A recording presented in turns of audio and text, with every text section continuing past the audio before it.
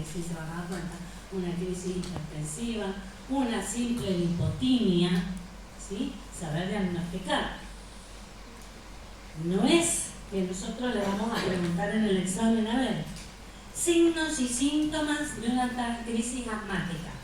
No, pero ir sabiendo ya, no es necesario que nosotros le digamos el compromiso de ustedes, reconocer los signos y síntomas, ¿se entiende?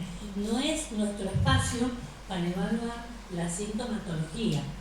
Lamentablemente estamos en segundo año y nos han puesto en farmacología en segundo año. Ustedes, y entendemos, que tienen desconocimiento de algunas cuestiones clínicas, que ya las van a aprender, pero por lo menos ya ir teniendo este apartado en conocimiento. Lo vamos a reforzar el año que viene, pero ya ir sabiendo, como profesionales de la salud, y desde el momento uno que están enfrente a un paciente, saber actuar, o por lo menos pedir ayuda a los docentes, avisar con tiempo y a emergencia, estar preparados, no dejar pasar y esperar que se te desplome el paciente.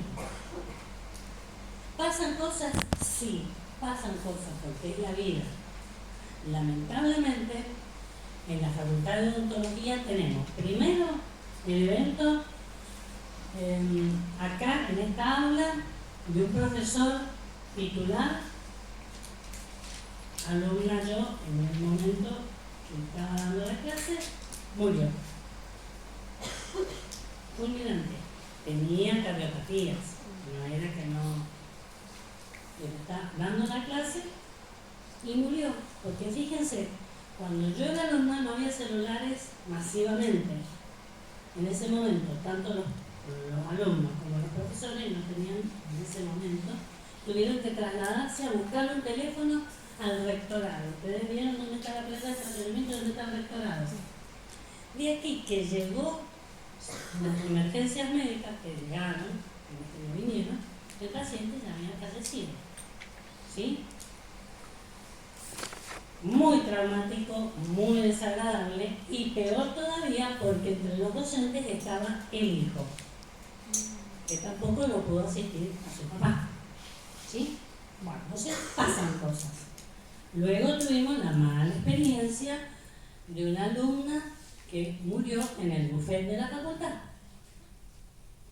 Cuando llegó a emergencias ya era demasiado tarde. Entonces pasan cosas. Eso es lo que yo conozco. Pueden haber otros eventos y en otras facultades cercanas también. Entonces pasan cosas. Hay que estar preparados. Entonces, sí vamos a exigir, más allá del diagnóstico, que no es nuestro espacio para evaluarlo, pero lo deben saber, la farmacoterapéutica y el abordaje farmacológico de cada una de las emergencias que potencialmente pueden ocurrir en un consultorio odontológico. ¿Sí? Reconocer farmacodinámica, farmacocinética, integrando temas afines, también las dosificaciones, saber si le van a dar la adrenalina en ampolla, en qué forma farmacéutica y cómo la van a diluir. ¿Sí? Eso sí lo pedimos. Diferenciar qué es una urgencia y una emergencia. Ahí también está el concepto, que nos vamos a guiar por lo que nos dice la Organización Mundial de la Salud. Fíjense, urgencia son todos aquellos eventos, vamos a decir, aparición fortuita, pero que ustedes tienen un lapso mayor de tiempo para actuar.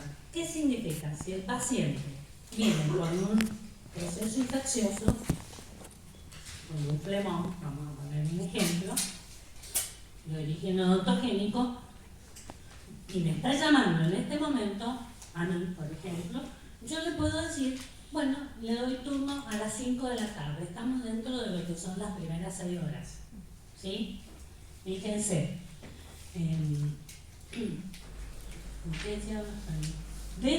Atendida dentro de las 6 horas. No quiere decir que tengo que salir corriendo a encontrarme con el paciente en el consultorio, pero no es que lo voy acá para mañana.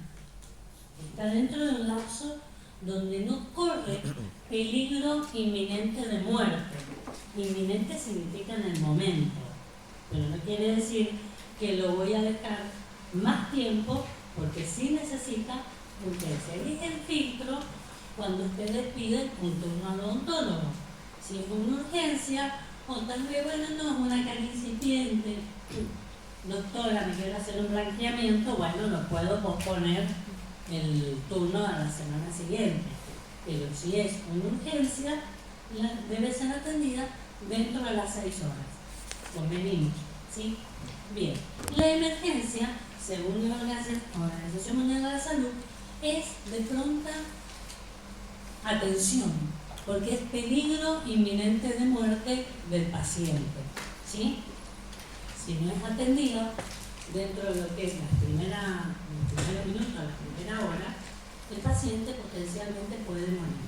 ¿Se entiende? Bien. Entonces, ¿cuáles, por ejemplo, pueden ser?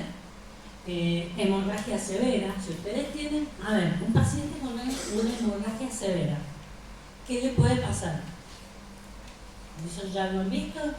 Bueno, un shock hipovolémico, porque está faltando sangre que va y viene por el organismo, que circula. Y eso te trae una crisis. Hay que estabilizarlo, transfundirlo y, por supuesto, que eso no lo van a hacer en el consultorio. Primero lo van a trasladar y lo van a asistir en un centro asistencial. ¿Se entiende? Entonces, es riesgo de muerte. Fracturas óseas. No van a dejar un fracturado, accidentado, 6 horas tirado en el piso. Se supone que se va a pedir ayuda a emergencia o lo van a trasladar y va a ser asistido en el momento. Bien, todo lo que es dificultad respiratoria, toser, fíjense, tos que puede significar un ataque de asma, sangrado que puede ser tanto por vía vaginal, por vía rectal o por boca, una hemorragia por boca. ¿Entienden? Sangrado severo. Debilidad, que no se siente bien, y cambios abruptos por ejemplo, en la visión, que no puede ver, que dejó de ver. Bueno, más allá de los dolores precordiales, las cefaleas y todo lo que son algunos ejemplos. Bien, ¿cuáles son las emergencias médicas? Paro cardiorrespiratorio, crisis hipertensiva, crisis anginosa, infarto agudo de miocardio, lipotimia, crisis convulsiva, crisis hipoglucémica, crisis asmática y shock anafiláctico. ¿Sí? Algunas les pueden sonar más, otras les pueden sonar menos. Desde ya les digo que crisis anginosa, crisis hipertensiva, si ustedes no conocen bien los antecedentes del paciente, sí, les va a dar un poquito de duda porque no son agentes de salud médicos ni tampoco de la línea cardiológica. Muchas veces llega el médico general de emergencias y tampoco lo sabe diagnosticar, porque no tiene un diagnóstico específico. Hay que derivarlo a los centros asistenciales, monitorear su corazón y ahí sí le van a dar qué problema tuvo específicamente cardiovascular. No es tan fácil, no es que aprendemos un dolor y ahí viene, como siempre decimos, el dolor del paciente es una sensación subjetiva. Entonces uno puede decir, bueno, tal vez está diciendo que se le irradia y no es tan que se le irradia. O sí, o tal vez son esos pacientes que aguantan y no dicen nada. Son los peores. Porque cuando llega la asistencia es tarde. Bueno, o sea que no es tan fácil reconocerlo, pero bueno, ustedes deben por lo menos manejar la teoría como para tener un aspecto de saber qué es lo que puede tener potencialmente el paciente. Fíjense, yo recién nombré el shock hipovolémico por una hemorragia, pero hay distintos tipos de crisis y de shock. Esto yo lo he sacado de Murillo, creo que dice. Sí, Jiménez Murillo, que es un libro. ¿Por qué uso este? Pueden usar cualquiera, pero yo uso este que está en la biblioteca y cualquiera puede ir a consultarlo, tanto el segundo año como el tercero, para el tema de las emergencias y aprender un poco de lo que es el diagnóstico clínico, ¿sí? Es un libro que pueden encontrar en la biblioteca. Entonces tenemos polémico, cardiogénico, obstructivo, distributivo o vasogénico y otros que pueden ser combinados. Eso lo pueden...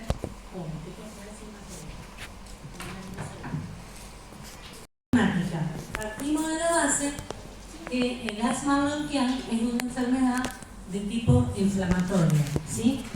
El paciente ya padece de antes, pero lo que puede tener son distintos episodios de crisis donde sufre una broncoconstricción inminente por la inflamación de las vías aéreas, interrumpiéndole, ay chicas por favor,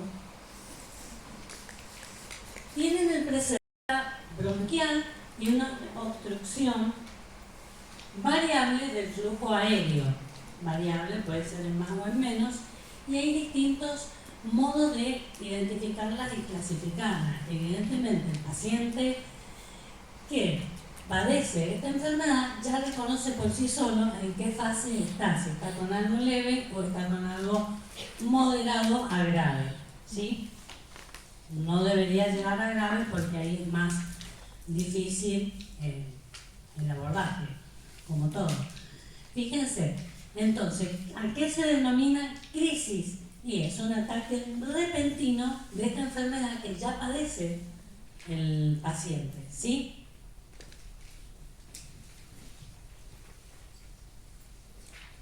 Entonces, como les decía, Jiménez Murillo también presenta este cuadro donde lo pone como leve, moderado, ataque grave y riesgo vital del paciente. Se lo dejo como para que ustedes lo puedan ver de modo informativo. Tratamiento. Y acá volvemos al tema del sistema nervioso autónomo, por ejemplo, cuando nombramos el salbutamol. ¿Recuerdan? Que eran agonistas del sistema adrenérgico. Entonces tratar, eso es lo que tienen que ustedes, acción agonista beta de acción corta, adrenérgico. Faltaría poner acá como para agregar un detalle más de lo que es el salbutamol. Son todos los PAF que nombramos al principio. Entonces, acá ya tienen drogas que ustedes deben colocar la farmacodinamia y saber ubicar dentro de qué grupo, porque después tenemos otro, el hipratropio, que también lo vimos, el sistema nervioso autónomo, pero dentro de lo que es el sistema parasimpático, como antagonistas del sistema parasimpático, ¿sí? Entonces son distintos. Y por supuesto los corticosteroides, como la dexametasona y la prednisona, que están también detallados, lo dieron en el capítulo de antiinflamatorios y dolor, en el capítulo de dolor, ¿sí? Entonces son todas drogas que ya hemos nombrado. Fíjense, entonces, lo primero que se va a hacer con esos pacientes que generalmente llevan su PAF o si tienen alguna crisis, es administrarles lo que ellos usan habitualmente, ¿sí? Si no lo tienen, ahí viene el problema. Intubación, ventilación mecánica, ¿y qué les hace falta? Oxígeno, sin lugar a dudas. Si ustedes tienen oxígeno para aplicarle en la clínica o en el consultorio donde ustedes asisten, bueno, entonces pueden ayudar mientras llegue emergencia. No le van a decir, bueno, mire, no lo voy a atender hoy, puede retirarse, arréglesela. Y más si ha venido solo, ¿sí? Siempre se busca, ¿por qué? Porque hay es un paciente que hay que asistirlo, no lo pueden dejar. Y legalmente, ya van a ver ustedes en quinto año, cuando cursan legal, tienen ciertas obligaciones de asistir a ese paciente y no dejarlo que se vaya a la deriva, ¿sí? Entonces las responsabilidades suyas ya deben saber que las tienen, no pueden decirle, bueno, retírese, ¿sí? Eso pasa con todos los pacientes, no solamente con los asmáticos. Bueno, fíjense las aerocámaras que dijimos que se usaban en los niños, los PAF que vienen directamente con el dispositivo, y en casos más graves administrar oxígeno. Bien, los glucocorticoides, entonces en líneas generales, yo se lo voy a dejar esto como para que ustedes lo recuerden. Luego tenemos otro tipo de crisis que son las convulsivas. Estos son de origen neurológico. Pasamos a otro capítulo. Fíjense, es una disfunción cerebral súbita y repentina que consiste en distintos tipos de descargas eléctricas. Acá viene una cosa, el paciente ya puede saber, conocer si ya es epiléptico o no, o si sufre, si no es epiléptico, si sufre o no convulsiones, si convulsiona a menudo, ¿sí?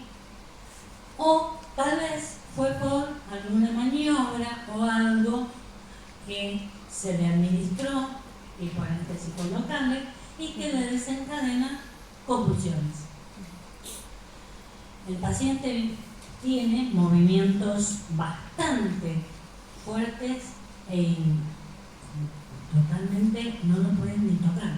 Es más, se sugiere, si está sentado en el sillón odontológico, para que no vuelve la platina y todos los exploradores y todo lo que ustedes tenían, salivadera y no sé qué otra cosa, porque manotean para todos lados, tratar de bajarlo y ponerlo en el piso, pero no cerca de una silla de un escritorio, sino alejado de todo lo que es mobiliario, si es que lo han podido bajar, ¿sí?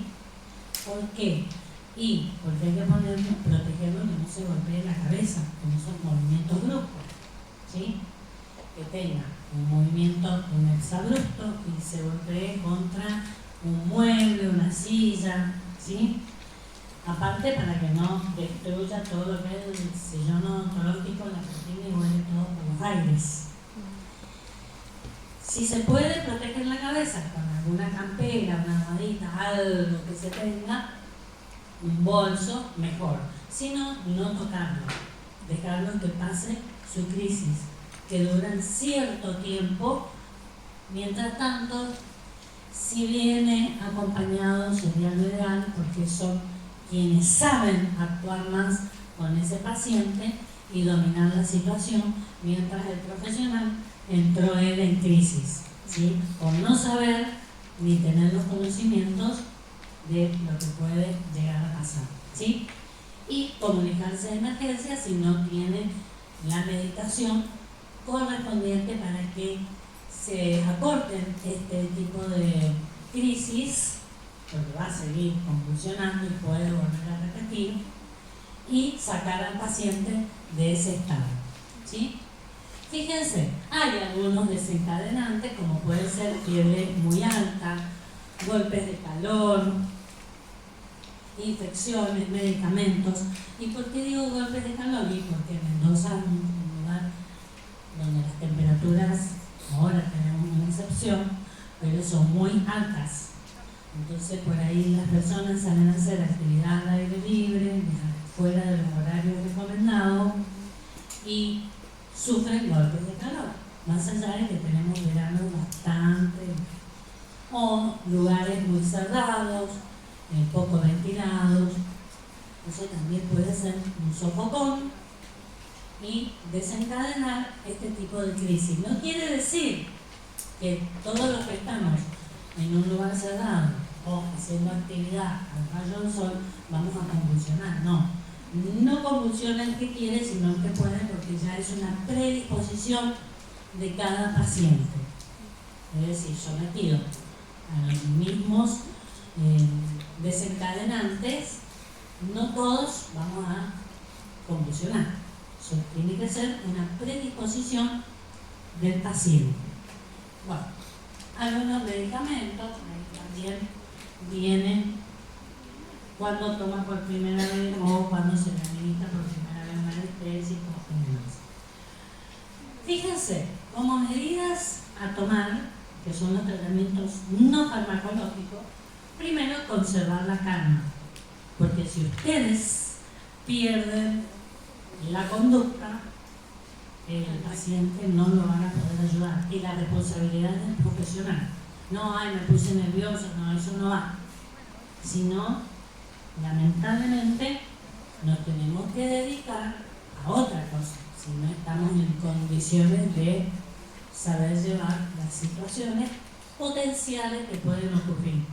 ¿Sí? Eso de que, ay, yo no, si no hubiese estudiado medicina, no, están atendiendo pacientes. Es una rama de la medicina.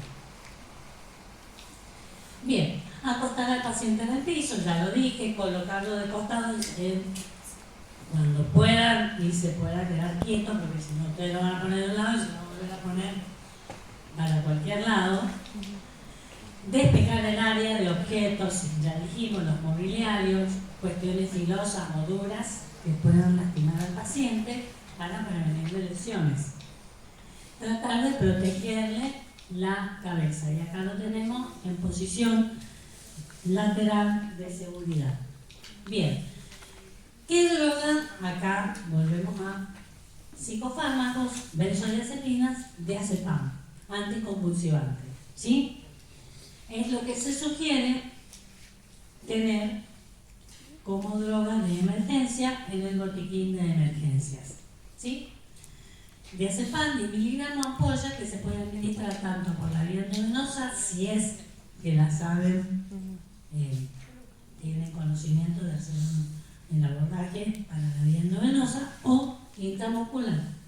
Igualmente, un paciente que está convulsionando, verdaderamente hay que ser muy avesado. Generalmente le ponen una primera intramuscular como para controlar un poquito y luego siguen contra las venas, porque un paciente que está teniendo movimientos tónico-clónicos es muy difícil de abordarle más allá de la experiencia o no experiencia del personal que venga a asistirlo.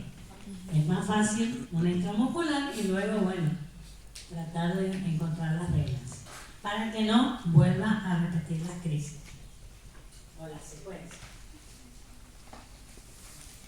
Crisis hipoglucémica, fíjense.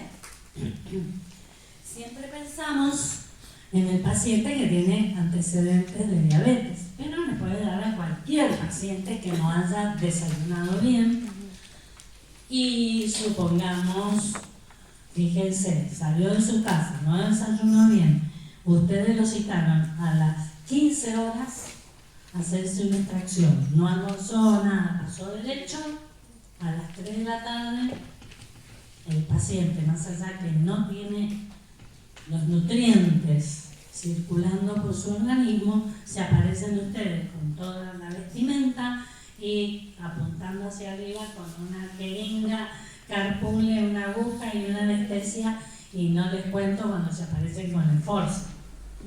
Es muy difícil que el paciente no resista, ¿sí? Entonces, bueno, puede descompensarse y hacer, pero también teniendo en cuenta, y ahí va la indicación, no se venga sin no haber ingerido alimentos, ¿sí? Y más si salió a la mañana y no volvió nunca más a la casa, más allá de que muchos no tienen el hábito de tener un desayuno saludable y como corresponde, ¿sí? Entonces, bueno, fíjense en cantidad de cosas. Pero también está que puede ser causado por un exceso de insulina, el paciente diabético y todas las variantes que hay. Perdiendo el cerebro y todas las células la glucosa. Entonces ahí viene también una descompensación. O sea, puede ser lo más común o el paciente diabético en sí.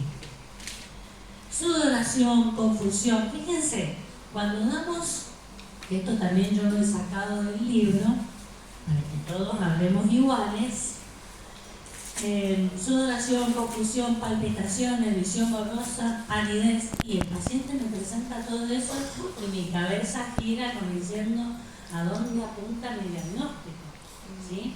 Entre que se me está por caer, no sé cómo actuar y no me responde y vino solo y no sé su historia, es complicado para el profesional también. Bueno, fatiga, palidez, ansiedad, temblores, sequedad de la boca, somnolencia y desmayo. Fíjense, ansiedad, porque se puede poner ansioso y decirme, me quiero ir, no me siento bien. Y ustedes que no quieren perder el práctico, lo quieren un poco más tirado ahí, se tiran encima agarrándolo para que no se vayan. Pensar primero lo que van a hacer, hablar con el paciente, escucharlo, porque es otra cosa, que nos cuenta qué siente antes de que se nos desplome, porque una vez que se desplomó no van a saber para dónde tirar. Entonces, bueno, escuchando al paciente. Primero, preguntarle qué hizo, si no había alcanzado a hacer la historia clínica, por lo menos, desayunaste bien, comiste, sos diabético, bueno, no hay problema. Fíjense, 20 gramos de glucosa por vía oral. Esto sí se puede tener, que son los sobrecitos que nos dan cuando vamos a consumir al buffet, a cualquier lugar, el café. ¿Sí? Los sobrecitos de azúcar generalmente tienen 5 gramos. Entonces, con que ustedes tengan 5 o 6 sobrecitos ahí, y bueno, diluirlo en un vasito de agua y darle una solución azucarada. Cuando pueda tomar, porque no es que esté con los ojos cerrados y ustedes le quieren poner la glucosa, porque lo van a broncoaspirar. Entonces no. Espera que, obviamente, la famosa bebida no es Fernet, que es Coca-Cola, que saca de todos los bajones. Acá, bueno, la azucarera. Yo sugiero para mayor practicidad los sobrecitos tener en el consultorio. Y bueno, cualquiera que... Creo que en un paciente diabético, ¿le podemos administrar eso? Sí, depende. Depende del tipo de... Claro, estamos hablando del que se te cayó y no era diabético. Lo mataría también. También, o sea, hacemos el efecto contrario. Por eso es importante la historia clínica, ¿sí? Porque si no lo termina de... No todo, porque hay una gran variedad, ¿sí? Bueno, fíjense, un juguito también. Y después, obviamente, que si es grave y que no lo van a hacer ustedes, sino emergencia, administrar glucosa por vía endovenosa para estabilizarlo. ¿Sí? Esto es un caso más grave de algunas diabetes que sí hay que asistirlos. Y en este listén ya se lo están llevando. Por eso es importante llamar a tiempo a las emergencias. Bueno, shock anafiláctico no es que el paciente, fíjense, no es que el paciente va a venir de la casa y porque se había tomado algo en la casa le va a dar, no, le va a dar porque ustedes le administraron un anestésico en ese momento y ya era alérgico y bueno, ahí desencadenó.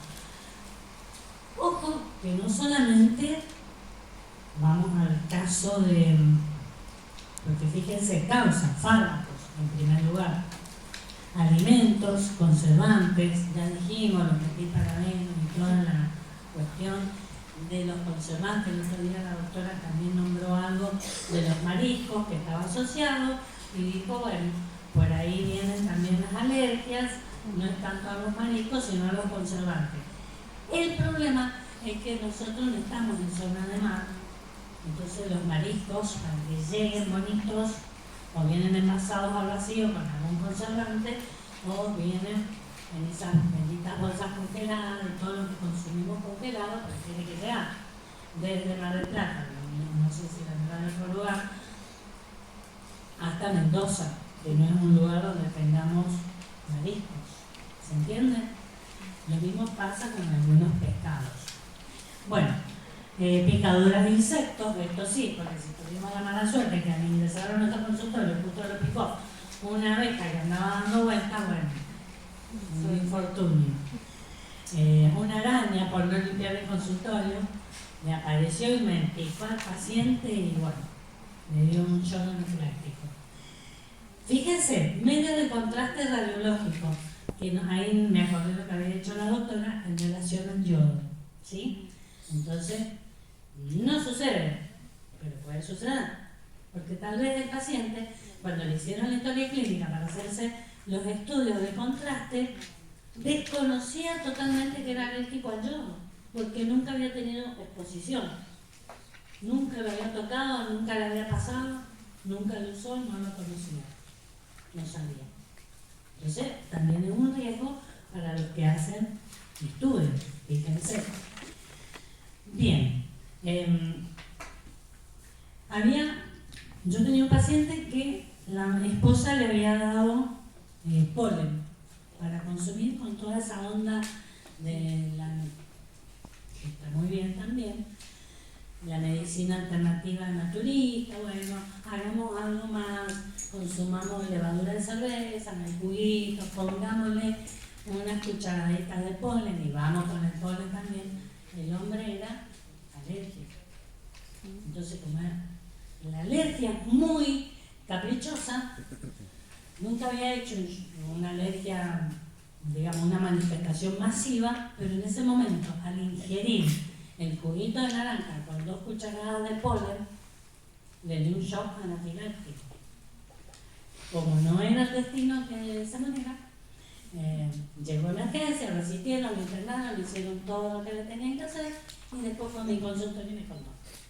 Pero si no, me hubiese pasado todo lo que tenía que pasar, o todo lo que se hizo para que me muriera, no hubiese llegado nunca al turno, ¿sí? Cosas que pasan. Entonces, no es que solamente va a quedar porque le administré un medicamento. A veces la medicina natural, que la gente también no desconoce, puede ser para el paciente alérgico y con cosas tan sencillas que se compran sin ningún control en las dietéticas o herbolísticas, yo al paciente también lo puedo poner a un shock anafiláctico.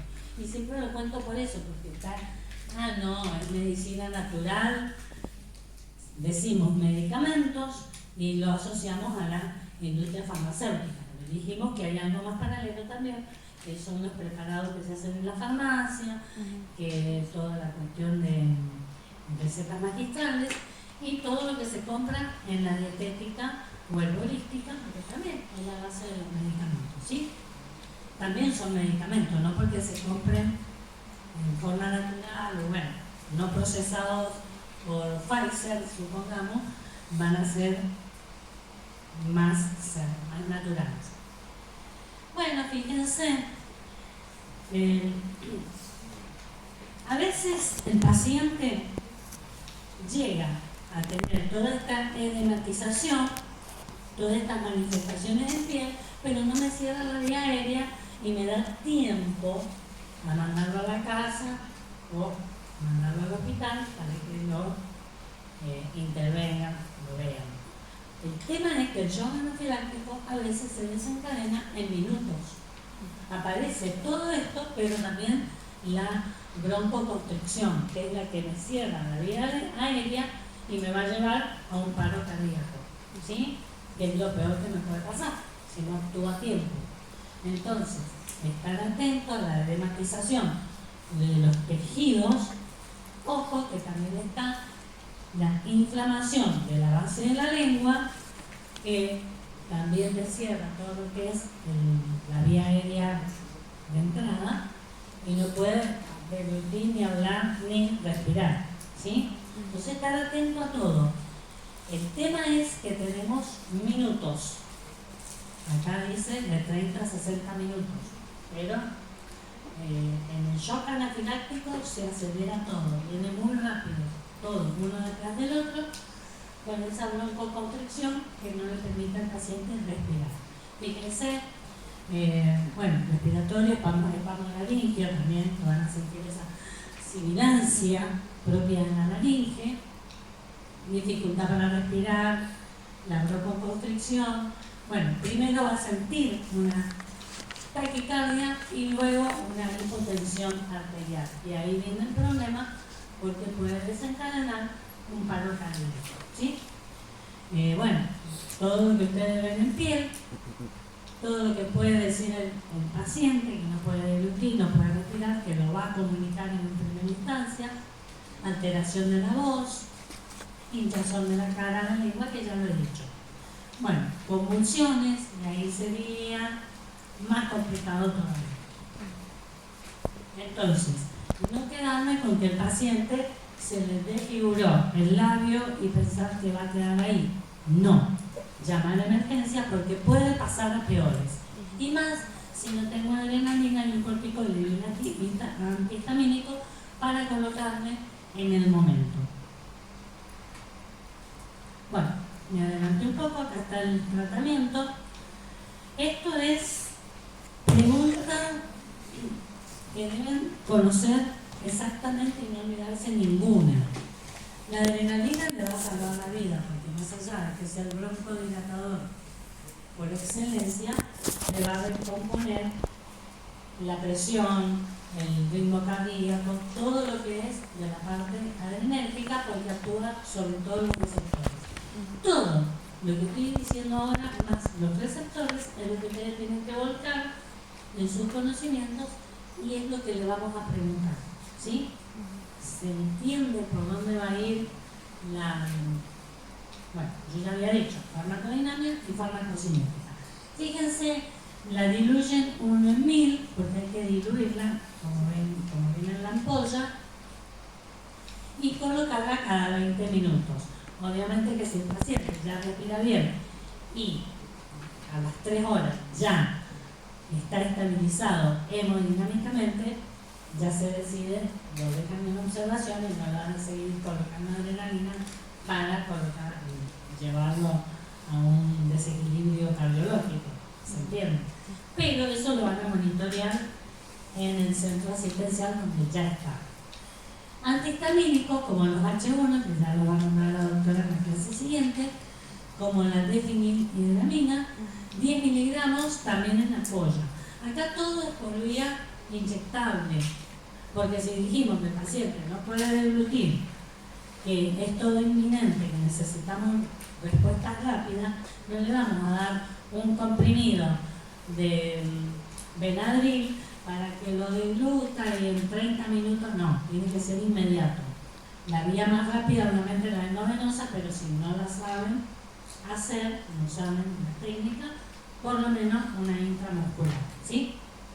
Dexametasona, y está en tercer lugar, porque fíjense, broncodilatador y estabilización de la actividad cardíaca, antihistamínicos que me van a sacar los signos y síntomas, todo lo que es el enrojecimiento, picazón, edema, ¿sí? Que ya lo va a explicar la doctora, y la dexametasona, que dijimos que es el corticoide o el antiinflamatorio por excelencia, ¿sí? Me corta todo en circuito inflamatorio. Pero es un error colocar solamente dexametasona y no colocar las dos anteriores, ¿sí? Todo es para signos y síntomas, pero el que me radica y me va a salvar al paciente es la adrenalina inmediata. Por eso, ustedes, si no la tienen, tienen que comunicarse de inmediato con emergencias para que le coloquen la adrenalina, ¿sí? Y lo pueden trasladar al paciente. Fíjense, acá ya lo han trasladado. Ahí tiene un contoquidado, hace lo primero que tiene que hacer, pero el traslado y el monitoreo es inminente. No es que lo voy a mandar a la casa, es imposible. Bueno, crisis hipertensiva. Bien. El paciente puede tener o no antecedentes de hipertensión arterial. Pero ¿qué sucede en el consultorio que a mí me puede dar, o sea, puede aparecer esta emergencia? ¿Qué sucede? Más allá del miedo y el estrés, que no es un dato menor, porque hay estudios, y yo ya se lo he dicho, que han monitoreado a los pacientes y el nivel, o sea, digamos, los niveles de adrenalina que secreta, o sea, que libera el paciente por el estrés, el miedo al odontólogo es mayor que lo que está en el tubito de anestesia, que nadie me lo dijo, era el tubo de anestesia. ¿Sí? Entonces, ustedes le aplican un tubito de anestesia que tiene muy poquita cantidad de adrenalina, pero un paciente hipertenso que está sometido a una situación de estrés por el miedo. Todo ese combo, crisis hipertensiva. Escuchar al paciente. Vámonos. Fíjense, la emergencia se define como la elevación brusca. Y ahí vamos a qué es elevación brusca de la presión o cuáles son los niveles óptimos de presión diastólica y presión sistólica, o máxima y mínima. ¿Qué sucede? Tenemos la máxima, vamos a ponerle 120, pero puede ser que es un paciente que está acostumbrado, más si es un adulto mayor, a convivir con 130. Entonces, ¿qué le toman? 130, 135 no es una crisis hipertensiva, porque es la presión normal del paciente a pesar de que está medicado, ¿sí? Entonces vamos a otro paciente, otro más joven. Bueno, no, mire doctora, yo siempre tengo 120. Bueno, yo le tomo lo que el paciente me ha dicho, 120, 90 de mínima. Bueno, pero puede que yo en esa